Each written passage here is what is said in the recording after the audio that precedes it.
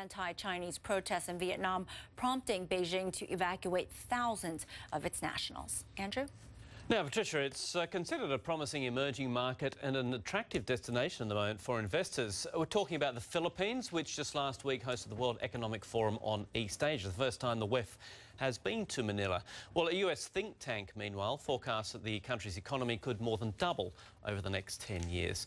Well, a little earlier last week, I sat down with a top business leader in Manila to discuss her country's economic future.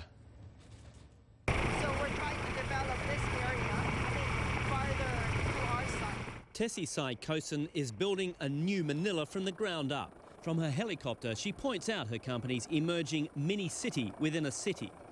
A 74-hectare development centred around one of the world's biggest shopping malls being built by the family company SM Investments. With a corporate career in Manila stretching over more than 40 years, she's a little bemused by the current wave of international investment interest in the Philippines. For the foreign investor, they see things differently. They judge you by the investment grade. They judge you by what they have seen in the news. So right now, there's a lot of them are very curious about the Philippines.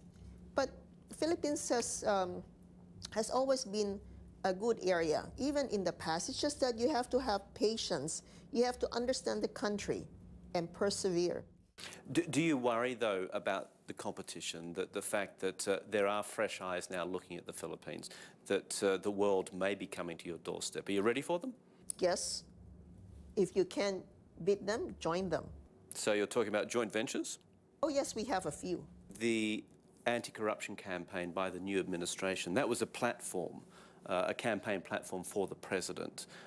How successful has he been, in your opinion, about tackling corruption? We have a president that is clean, and I think he is attempting to clean certain government department or agency.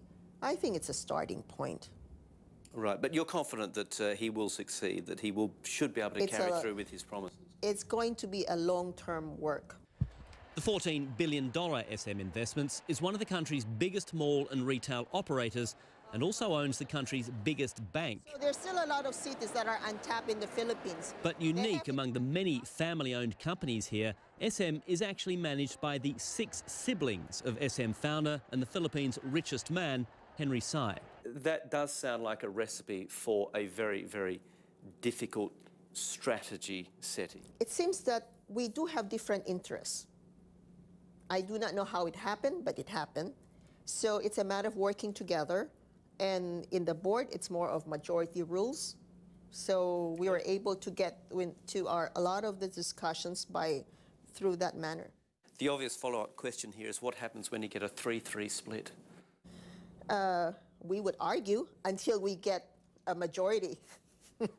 So father does not decide, does not have the controlling vote on that? He used to. But right now, when he saw that we were able to get along by ourselves, he got bored.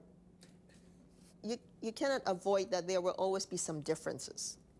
But it's a matter of getting back to the table the next day.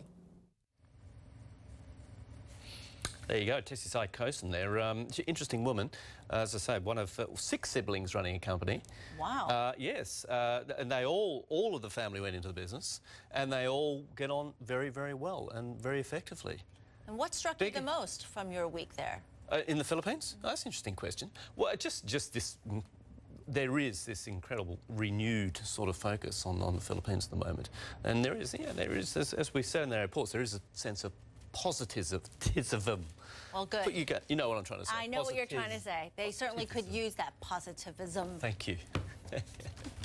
I don't know if I said it correctly either, but hey, if we both say it the same way, then it's okay.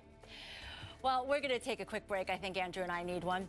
But coming up after the break, a significant announcement from the White House on the drawdown of U.S. troops in Afghanistan. We will have details on what President Barack Obama has planned.